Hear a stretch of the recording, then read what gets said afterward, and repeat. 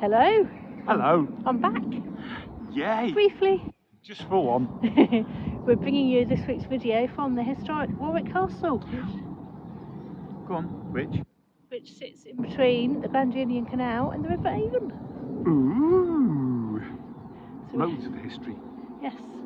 So we hope you enjoy it. We've covered bits that we can. It's not fantastic quality video, I'm afraid, because inside big rooms the phone camera is a bit too zoomed in to get the full effect of the rooms, but it gives you a general idea. And it's dark because the lighting isn't great. Yeah. And it shows you a little bit of it and hopefully gives you the inspiration to come and visit yourselves. Well worth it during the summer. I've been before. It is. Sorry, go on. It's and the grounds outside, there's normally all sorts going on. Well worth it. It is quite expensive to get in, but if you keep your eye out on the Kellogg's packets, you can get a 2-for-1 offer, which you use for on-the-day tickets, which is what we've used. It's the mailing group, isn't it? It is part of the mailing group, yes. There you go. Not pushing a brand, but it's just so you know what so you're looking for. So you know what to look for on the Kellogg's packets, just to help keep the costs down. Yeah. And thank you to all our new subscribers we've had lately. We really do appreciate it. We hope you enjoy the variety of what we bring you. And thank you for putting up with me for the last few weeks on my own. It's been an experience. We will do them together when we get the chance, won't we? Oh, no, we're not. You've let me loose now. I have. Right, well, in that case, it's push the button, ring the bell. It's free to you and the world. I won't say Tash this time because she's here. She's with me. And we'll see you at the end. In a bit. Nearly a year after we originally planned on doing it. We're here. We're at Warwick Castle, so come and enjoy the day with us. Found it. Make the most of my days off. Time at home with my gorgeous husband. Well, that's a force you out. You were asleep yet? I was. Hey, come and enjoy the castle with us. Let's go see.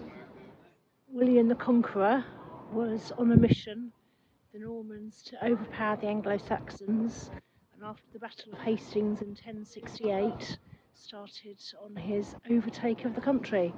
So Warwick Castle was started to be constructed as part of this. It was a Motte and Bailey design, which was a traditional design. Just see behind me, this piece of motte behind is the original part of construction left from 1068. So Warwick was chosen because it is in the centre of the country, with good links from Lincoln to Exeter with the Fossway. And it's also on the River Avon, which was good for transport links and transporting goods. We're now in the Great Hall, the foundations of which date back to the 14th century.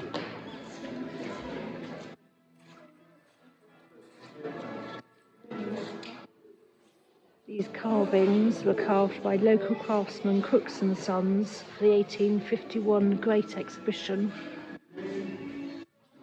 They represent scenes from Sir Walter Scott's novel Kenilworth, which depicts the love story of Queen Elizabeth I and her courier, Robert Dudley, Earl of Leicester.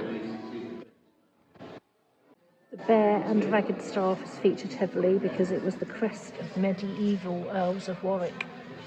These harnesses of armour mainly date back to the 16th century. They could weigh between 15 and 25 kilograms and would cost approximately £100,000 equivalent in today's money to produce.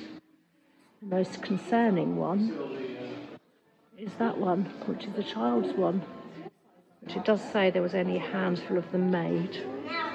Here we are now in one of the staterooms.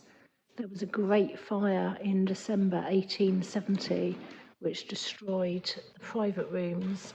The staterooms were thankfully not destroyed. There was only the main outside walls of the staterooms remaining. So then George Greyville and his wife then set about restoring the private rooms. This huge chandelier originally lit the room with 42 candles.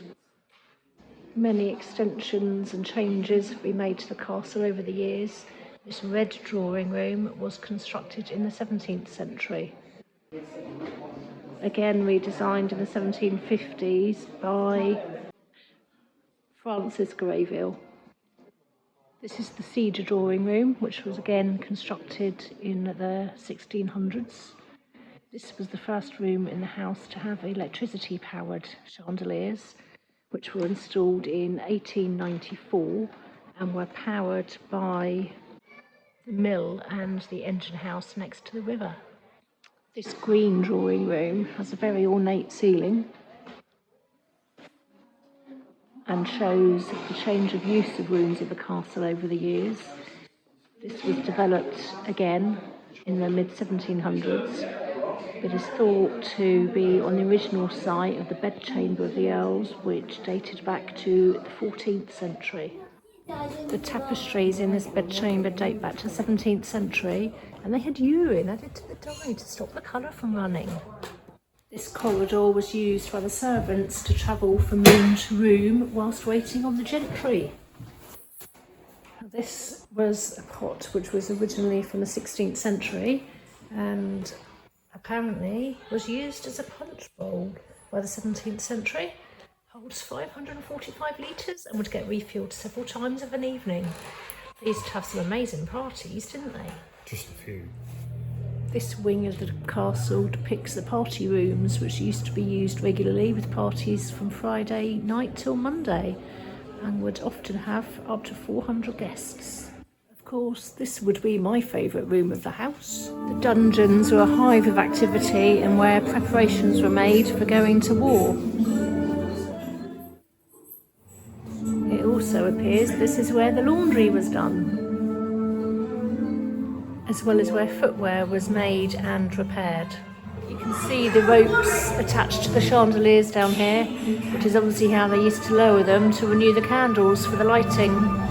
We've come up into Guy's Tower now, just as the bad weather's coming in.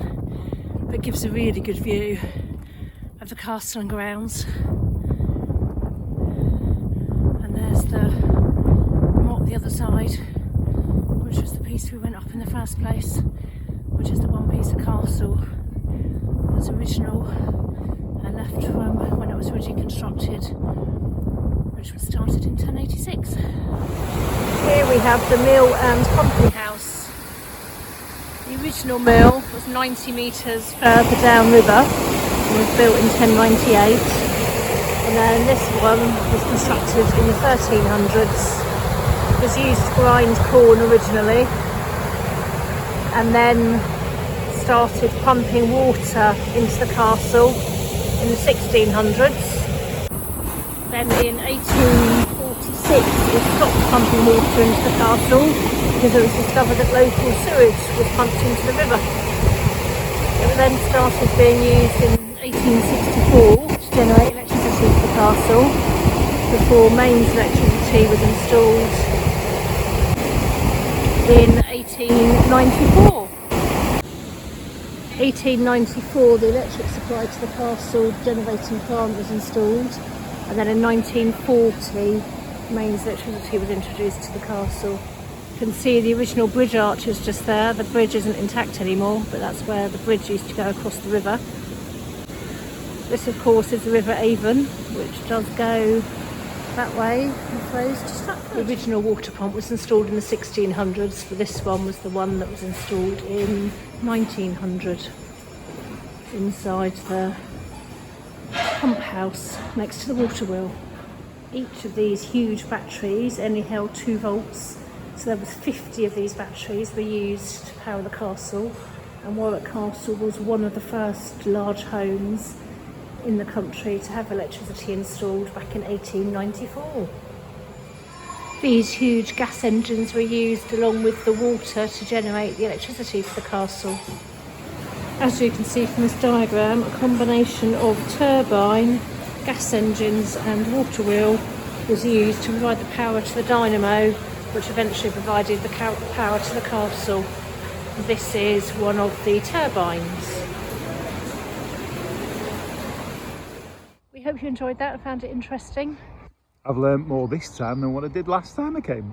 That's because you were in charge of a group of children last time, so you can't enjoy it, can you? I am the group of children. You are, this is true. Anyway, we hope you did enjoy it, and it does give you the inspiration to come visit yourselves. Lots to see, lots to do. In the summer you could bring a picnic. Well, hey. A bit cold and wet for that at the moment, but it could be done. And just along the river in Warwick, you can also hire pedalos, which we did last year, didn't we? Which was good fun as well. It is fantastic. So it's push the button, ring the bell. It's free to you and us and everybody else here at Warwick Castle, and we're going to sign out now. We'll see you next week. See you later. See whether she's with me next week. Bye. Bye.